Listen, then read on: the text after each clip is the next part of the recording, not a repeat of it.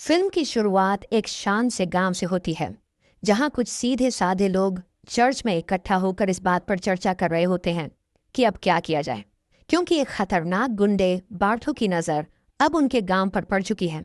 लोग बताते हैं कि बार्थू पहले भी कई गांवों को डरा धमका कर हड़प चुका है। तभी एक नौजवान मेथियो कहता है, हम यहाँ से नहीं जाएंगे, हम कानून की मदद लेंगे। लेकिन बाकी गांव वाले जवाब देते हैं, बार्थू ने कानून को खरीद रखा है, हमारा शेरिफ भी अब उसका ही आदमी बन गया है। मेथियो कहता है, तो क्या हम डर कर बैठ जाएं? हमें उसका सामना करना होगा। गांव वाले कहते हैं, उसके पास तो पूरी फौज है, हम जैसे आम लोग उसका मुकाबला कैसे करेंगे। इसी बीच चर्च के बाहर शोर सुनाई देता है। बार्थो अपने गुंडों के साथ गांव में आ जाता है। सभी डर जाते हैं। बार्थो गांव वालों से कहता है, मुझे तुम्हारी जमीनें चाहिए, अब या तो खुशी खुशी दे दो या फिर मैं जबरदस्ती ले लूंगा। चलो, एक ऑफर देता हूं, 1 बीघा के बदले मैं तुम्हें 2000 रुपये दूंगा। गांव वाले जवाब देते हैं, ये बहुत कम है, हमारी जमीन की ये कीमत नहीं हो सकती। ये सुनकर बार्थो के गुंडे भड़क जाते हैं और गांव वालों को चर्च से बाहर निकाल कर मारने लगते हैं। चर्च में आग लगा दी जाती है। फिर बार्थो कहता है, मैं 3 हफ्ते बाद लौटूंगा। जिन्हें मेरा ऑफर मंजूर है वे कागज तैयार रखें, और जिन्हें मंजूर नहीं उनका मालिक अब सिर्फ भगवान है। जाते जाते मेथियो बार्थो से कहता है, तू बहुत घटिया इंसान है, जमीन के लिए इतना नीचे गिर गया। यह सुनकर बार्थो गुस्से में आ जाता है और मेथियो के पास पहुंचता है। मेथियो की पत्नी एमा डर जाती है। बार्थो मेथियो को गोली मार देता है। उसके आदमी बाकी गांव वालों पर भी गोलियां चला देते हैं जो विरोध करने की कोशिश करते हैं। इसके बाद बार्थो शेरिफ से कहता है, इनकी लाशें कुछ दिन यहीं पड़ी रहने दो, ये बाकी लोगों के लिए चेतावनी होंगी। मैं 3 हफ्ते में लौटूंगा। अगले सीन में हम गांव वालों को अपनों की लाशों पर रोते हुए देखते हैं। एमा भी अपने पति मैथियो के शव के पास बैठी रो रही होती है और चर्च भी पूरी तरह जलकर राख हो चुका होता है। कुछ समय बाद हम एक दूसरे गांव में एक काउबॉय को देखते हैं जिसका नाम है सेम। वो गांव के एक बार में आता है, लेकिन वहां पहले से ही जोश नाम का एक और काउबॉय बैठा होता है। सेम बार के अंदर जाता है और सीधे बार मालिक के पास पहुंचकर कहता है, मैं एक अपराधी को ढूंढ रहा हूं।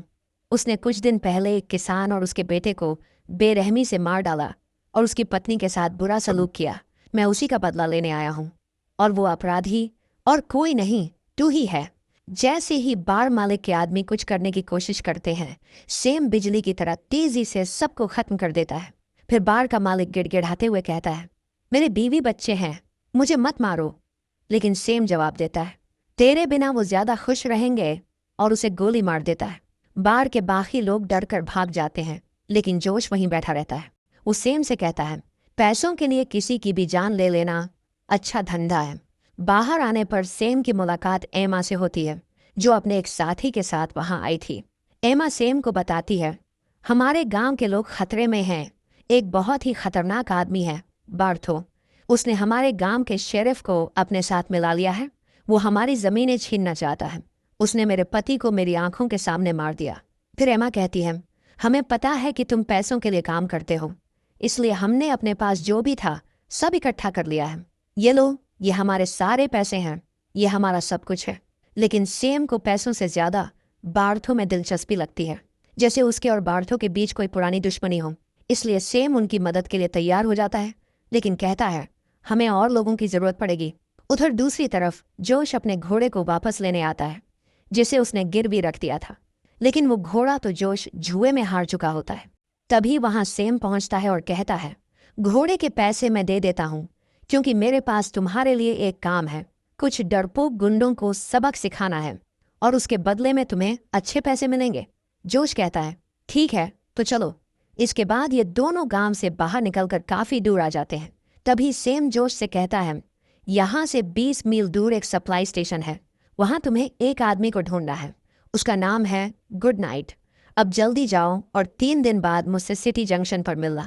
इसके बाद ये दोनों अलग अलग रास्ते पकड़ लेते हैं, और फिर हम देखते हैं कि काफी दूर चलने के बाद सेम और एमा एक जंगल में एक झोपड़ी के पास पहुंचते हैं। वहां उन्हें विस्कस नाम का एक आदमी मिलता है। सेम उससे कहता है, तुमने एक अफसर को मारा था, तुम्हारे सिर पर इनाम है और तुम्हारे नाम का वारंट भी निकला हुआ है। नियम के हिसाब से मुझे तुम्हें अभी मार देना चाहिए, लेकिन मेरे पास तुम्हारे लिए एक मौका है। अगर तुम मेरे साथ चलो तो ज्यादा कुछ नहीं करना है, बस कुछ पागल बदमाशों को खत्म करना है। काम पूरा होने के बाद मैं तुम्हें आजाद कर दूंगा। विस्कस मान जाता है। वहीं दूसरी तरफ काफी दूर चलने के बाद जोश भी गुड नाइट को ढूंढते ढूंढते एक जगह पहुंचता है। वहां उसे गुड नाइट के साथ उसका साथी बिली भी मिलता है, जो मौत का खेल खेल रहा होता है।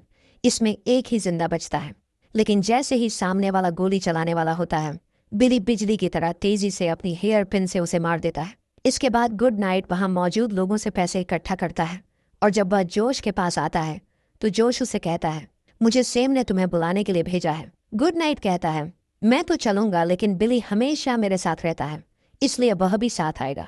फिर हम देखते हैं कि 3 दिन बाद सब लोग वहीं मिलते हैं जहां सेम ने बुलाया था। सेम और गुड नाइट एक दूसरे को देखकर खुश होते हैं, क्योंकि वे पुराने दोस्त हैं। गुड नाइट कहता है, ये बिली है, ये हमेशा मेरे साथ रहता है। सेम गुड नाइट से कहता है, ये मिस एमा है, इन्हीं के काम के लिए मैंने तुम्हें बुलाया है। गुड नाइट एमा से कहता है, बहुत अच्छा मिस एमा, आप चिंता मत कीजिए, जल्दी ही सब ठीक हो जाएगा। उधर जोश विस्कस को देखकर कहता है, ओह तो यहाँ एक मैक्सिकन भी है। अब तक सेम अपने साथ 4 शानदार लड़ाकों को जोड़ चुका होता है। अब वे 5वें साथी की तलाश में जैक होन नाम के एक इनामी पकड़ने वाले को ढूंढने जाते हैं। जब ये लोग वहां पहुंचते हैं तो उन्हें जैक होन की जगह 2 लोग मिलते हैं, जिनके पास जैक की बंदूक होती है। वे कहते हैं, हमने जैक को मारकर पहाड़ से नीचे फेंक दिया है। उसने अब तक 600 आदिवासियों को मारा है, लेकिन आज हमने उसे खत्म कर दिया। अब हमें इसका अच्छा इनाम मिलेगा। तभी जैक होन वहां दौड़ता हुआ आता है और गुस्से में उन दोनों को मार देता है। वह कहता है, इन दोनों ने पीछे से मेरे सिर पर पत्थर मारा और मेरा सारा सामान लूट लिया। इसके जवाब में सेम कहता है, हमें ऐसे लोगों की जरूरत है जो बार्थो जैसे खूंखार आदमी से लड़ सकें। मुझे उम्मीद है कि आप हमारी मदद जरूर करेंगे। इस पर वह आदमी कहता है, ठीक है, वैसे भी मेरे पास कोई काम नहीं है, इसमें पैसे तो मिलेंगे ना। और फिर हम देखते हैं कि ये सभी लोग एमा के गांव की ओर चल पड़ते हैं, लेकिन जल्दी ही अंधेरा हो जाता है, इसलिए ये लोग एक जगह रुक जाते हैं। रात के समय गुड नाइट सेम से पूछता है कि ये मिशन असल में है क्या, तो सेम बताता है, इन गरीब गांव वालों के पास जो कुछ था उन्होंने सब कुछ दाम पर लगा दिया है। गुड नाइट कहता है, अगर आज तुम्हारी बहन जिंदा होती तो उसकी भी उम्र इतनी ही होती। ये मिशन कहीं तुम्हारे दिल का तो मामला नहीं। सुबह ये लोग देखते हैं कि एक खतरनाक आदिवासी उनकी तरफ बढ़ रहा है। सभी चौकन्ने हो जाते हैं और इधर उधर देखने लगते हैं, लेकिन सेम कहता है, रुको, मुझे इससे बात करने दो, मुझे इनकी भाषा आती है। सेम उस आदिवासी के पास जाकर कहता है, हम एक नेक काम के लिए जा रहे हैं, हम बेगुनाह लोगों की जान बचाना चाहते हैं, तुम्हें हमसे कोई डर नहीं होना चाहिए। आदिवासी उसकी बात सुनकर शांत हो जाता है, नीचे उतरता है और अपने शिकार का एक टुकड़ा सेम को खाने के लिए देता है। सेम अपने साथियों के पास लौटकर कहता है, यह अब हमारे साथ है, अपनी बंदूकें नीचे रख दो। अब जब रेड नाम का यह आदिवासी भी जुड़ जाता है तो सेम के साथ कुल 7 बहादुर योद्धा तैयार हो जाते हैं, जो गांव वालों की मदद के लिए चल पड़ते हैं। लेकिन जैसे ही ये गांव के पास पहुंचते हैं, गांव के लोग अपने अपने घरों में छिप जाते हैं। गांव का शेरिफ बारो अपने आदमियों के साथ सेम को दरवाजे पर ही रोक लेता है और कहता है, हथियार लेकर अंदर आना मना है। सेम कहता है, मैं जानता हूं तुम किसके इशारे पर काम कर रहे हो। अपने मालिक बार्थो से जाकर कह दो कि अगर उसे यह गांव चाहिए तो मुझसे आकर छीन ले। बारो कहता है, तुम नहीं जानते कि वो क्या कर सकता है। और जैसे ही वह अपने आदमियों को इशारा करता है, रेड अचानक पीछे से आकर बारो को मार देता है। अब बार्थो के आदमी चारों तरफ से घिर जाते हैं, क्योंकि सेम और उसके साथी पहले से मोर्चा संभाल चुके होते हैं। दोनों तरफ के लोग लड़ाई के लिए आमने सामने खड़े हो जाते हैं। सेम अपने घोड़े को वहां से हटा देता है और फिर अचानक दोनों ओर से गोलियां चलने लगती हैं। हम देखते हैं कि सेम और उसके साथी इतने तेज और सटीक निशानेबाज हैं कि बार्थो के लोग उनके सामने टिक ही नहीं पा रहे। जैक हॉर्न तो किसी जंगली भालू की तरह दुश्मनों को कुचल रहा होता है। गुड नाइट के साथ कुछ गड़बड़ लग रही होती है, लेकिन जोश, बिली और बाकी साथी चारों तरफ से अच्छी तरह जमे होते हैं। बिली अपनी नुकीली चाकू से बिजली की रफ्तार में दुश्मनों को एक के बाद एक गिरा देता है।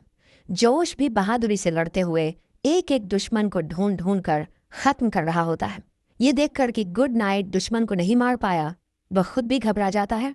और इसी बीच बार्थो के लोग अपनी जान बचाकर भागने लगते हैं, लेकिन सेम और उसके साथी उन्हें भागने नहीं देते। मैक्सिकन विस्कस जोश में आकर दुश्मनों को दौड़ा दौड़ा कर मारता है और रेड भी किसी को गांव से बाहर नहीं जाने देता। इतने में एक दुश्मन गुड नाइट के सामने से निकल जाता है, जिसे वह गोली नहीं मार पाता। तब जोश आकर कहता है कि जल्दी निशाना लगाओ वरना वह भाग जाएगा। पर गुड नाइट फिर भी कुछ नहीं कर पाता और दुश्मन बचकर भाग जाता है। तभी बिली आकर कहता है कि बंदूक ही जाम थी और बात संभाल लेता है। इसके बाद सैम अपने साथियों से कहता है कि यह बहुत अच्छी शुरुआत रही और फिर वह छिपे हुए शेरिफ से कहता है कि बाहर निकल और जाकर अपने मालिक बार्थो से कह दे कि अब इस गांव पर हमारा कब्जा है, अगर उसे चाहिए तो मर्द बनकर आकर ले जाए। शेरिफ डर कर कहता है कि वो बहुत बड़ी सेना लेकर आएगा, जिस पर सैम जवाब देता है कि ले आए, हम उसका भी सामना करेंगे और तू अब यहाँ से निकल जा। इसके बाद एमा गांव वालों को बाहर आने के लिए कहती है और बताती है कि अब डरने की कोई ज़रूरत नहीं है, ये योद्धा अब हमारी सुरक्षा करेंगे, इन्हें मैंने बुलाया है। फिर सैम गांव वालों से कहता है कि हम तुम्हारी मदद करने आए हैं, लेकिन इसके लिए हमें तुम्हारा साथ चाहिए। जिस पर गांव वाले कहते हैं कि हम लड़ नहीं सकते, हमारे पास हिम्मत नहीं है। सैम कहता है कि जब बंदूक हाथ में आएगी तो हिम्मत भी आ जाएगी, हम तुम्हें सब सिखाएंगे और अब तुम्हारे पास 1 हफ्ता है, क्योंकि 3 दिन लगेंगे खबर पहुंचने में, 3 दिन बार्थो के लौटने में और 1 दिन तैयारी में। इसलिए आज की रात अच्छे से सो लेना, क्योंकि अगली बार वह पूरी फौज लेकर आएगा। रात में सभी लोग मिलकर अच्छा खाना खाते हैं और थोड़ा सुकून की सांस लेते हैं। अगली सुबह कुछ गांव वाले डर कर गांव से भागने लगते हैं, जिसे देखकर सैम और उसके साथी हैरान रह जाते हैं और कहते हैं कि हम इन्हीं लोगों की मदद करने आए थे और अब ये ही हमें छोड़कर जा रहे हैं। लेकिन तभी एमा बाकी बचे गांव वालों के साथ सामने आती है, जो हथियारों के साथ लड़ाई के लिए तैयार खड़े होते हैं। फिर जोश और बाकी साथी मिलकर इन्हें निशाना लगाना और लड़ने की ट्रेनिंग देने लगते हैं, लेकिन बहुत कोशिशों के बाद भी कोई सही निशाना नहीं लगा पाता। गुड नाइट उन्हें बार बार अभ्यास करवाता है, लेकिन फिर भी सब मिलकर भी एक सही गोली नहीं चला पाते, जिससे गुड नाइट को गुस्सा आ जाता है। तभी जोश कहता है कि अगर आप जैसे कोई अच्छे निशानेबाज इन्हें दिखा दें तो इनका हौसला बढ़ सकता है। इस पर गुड नाइट बंदूक लेकर तीनों निशानों पर एकदम सही गोली चलाता है, जिससे सब हैरान रह जाते हैं। फिर जोश सबको समझाता है कि तुम्हें भी ऐसे ही सीखना है। इसके बाद सब मिलकर योजना बनाते हैं कि अगर ये नए लड़ाके 10 मीटर की दूरी से भी सही निशाना लगा सकें तो जीत की उम्मीद है, लेकिन इसके लिए हमें हथियार और बारूद चाहिए। इसलिए ये सब पास की खदान पर हमला कर देते हैं, जहां बार्थो के लोग गांव वालों को बंदी बनाए हुए थे। सैम और उसके साथी एक एक करके सभी दुश्मनों को हरा देते हैं और वहां के मजदूरों से कहते हैं कि अब तुम सब आज़ाद हो और हमारे साथ मिलकर लड़ सकते हो। फिर ये लोग वहां से सारे हथियार और बारूद उठाकर गांव में वापस लाते हैं और मजदूरों को भी गांव में वापस ले आते हैं। अब ये सभी लोग दिन रात मेहनत करके लड़ाई की तैयारी करने लगते हैं। उधर शेरिफ बार्थो को सारी खबर दे देता है। ये सुनकर बार्थो चौंक जाता है और कहता है कि सिर्फ 7 लोगों ने मेरे 22 सबसे अच्छे लड़ाकों को मार डाला। शेरिफ कहता है कि वे बहुत ही तेज और होशियार हैं। ये सुनते ही बार्थो गुस्से में शेरिफ को गोली मार देता है और अपने लोगों से कहता है, अब बहुत हो गया, पूरी सेना तैयार करो, मैं उन सबको अपने पैरों के नीचे कुचल दूंगा। अगले दिन हम देखते हैं कि एमा खुद निशाने की प्रैक्टिस कर रही होती है। तभी जोश आता है और कहता है कि तुम तो बड़ी होशियार निकली। इस पर एमा बताती है कि उसके पिता ने उसे ये सब सिखाया था। जोश उसे खुश करने की कोशिश करता है, लेकिन एमा उसकी बातों पर ध्यान नहीं देती। फिर जल्दी ही हम देखते हैं कि सब लोग अपनी तैयारियों में और भी पक्के होते जा रहे हैं। उन्होंने गांव के चारों तरफ बारूद बिछा रखा है और छिपने के लिए गड्ढे खोदे हैं, ताकि दुश्मन को चौंकाने का कोई मौका ना मिले। रात को सभी लोग मस्ती करते हैं और शराब पीते हैं, क्योंकि किसी को नहीं पता कि इस लड़ाई के बाद कौन जिंदा बचेगा। अगले दिन बार्थो अपनी फौज लेकर गांव की तरफ बढ़ रहा होता है, लेकिन अब तक सैम और उसके साथियों की तैयारी पूरी हो चुकी होती है। लेकिन इसी बीच गुड नाइट वहां से जाने का फैसला करता है। सैम उसे रोकने की कोशिश करता है, पर गुड नाइट कहता है कि उसे हर वक्त एक उल्लू दिखाई देता है जो उसे घूरता रहता है, इसलिए वह इस लड़ाई में शामिल नहीं हो सकता और वह चला जाता है। बाकी लोग वहीं डटे रहते हैं और कहते हैं कि हमने कभी हार नहीं मानी, अब भी नहीं मानेंगे। तभी एमा सैम के पास आती है और कहती है कि वह गुड नाइट की जगह लेगी, क्योंकि वह भी अच्छी निशानेबाज है। फिर अगला दिन आता है, जंग का दिन। सब लोग पूरी तरह से तैयार होते हैं और बार्थो भी अपनी सेना के साथ गांव के बाहर पहुंच जाता है। सैम के साथी भी अपने अपने ठिकानों पर तैनात हो जाते हैं। बार्थो का आदिवासी सेनापति हमला शुरू करता है और फौज गांव की तरफ बढ़ती है। उनके घोड़ों की आवाज़ें गांव में साफ सुनाई देती हैं। जैसे ही फौज हमले की दूरी पर पहुंचती है, सैम और उसके साथी बारूद में आग लगा देते हैं, जिससे जमीन फटने लगती है और कई दुश्मन मारे जाते हैं। अचानक हुए धमाकों से बार्थो की सेना बिखर जाती है और कुछ समझ नहीं पाती। तभी गांव के लोग और सैम के साथी चारों तरफ से दुश्मनों को घेर कर हमला शुरू कर देते हैं, कुछ जमीन के नीचे से, कुछ ऊपर से। बार्थो की फौज समझ ही नहीं पाती कि क्या हो रहा है, लेकिन दुश्मनों की संख्या बहुत ज्यादा है। वे धीरे धीरे गांव के अंदर घुसने लगते हैं। तभी सैम और उसके साथी उन पर गोलियां बरसाने लगते हैं। सैम का हर साथी बहुत अच्छा निशानेबाज होता है। बिली चाकू और बंदूक से लड़ रहा होता है और जैक तो जैसे किसी भालू की तरह दुश्मनों को कुचल रहा होता है। सैम की योजना काम कर रही होती है। वे दुश्मनों को सिर्फ मार ही नहीं रहे, बल्कि उन्हें एक तय जगह की तरफ धकेल भी रहे होते हैं। धीरे धीरे दुश्मन उस जाल में फंसते जाते हैं, जहां गांव के बीच में पहुंचते ही उन्हें चारों तरफ से घेर कर गोलीबारी शुरू हो जाती है और दुश्मन एक एक करके गिरने लगते हैं। नौसीखा गांव वालों की अंधाधुंध गोलियों से बार्थो के कई लोग मारे जाते हैं। ये देखकर बार्थो गुस्से में चिल्लाता है, अब बहुत हो गया, जाओ और मेरा खास हथियार ले आओ। उधर सैम और उसके साथी अभी भी मैदान में डटे हुए होते हैं। तभी लड़ते लड़ते जोश को एक गोली लग जाती है। ये देखकर विस्कस घबरा जाता है और चिल्लाता है, क्या कर रहा है। वह फौरन बीच में आ जाता है और जोश को बचाने के लिए चारों तरफ गोलियां चलाने लगता है।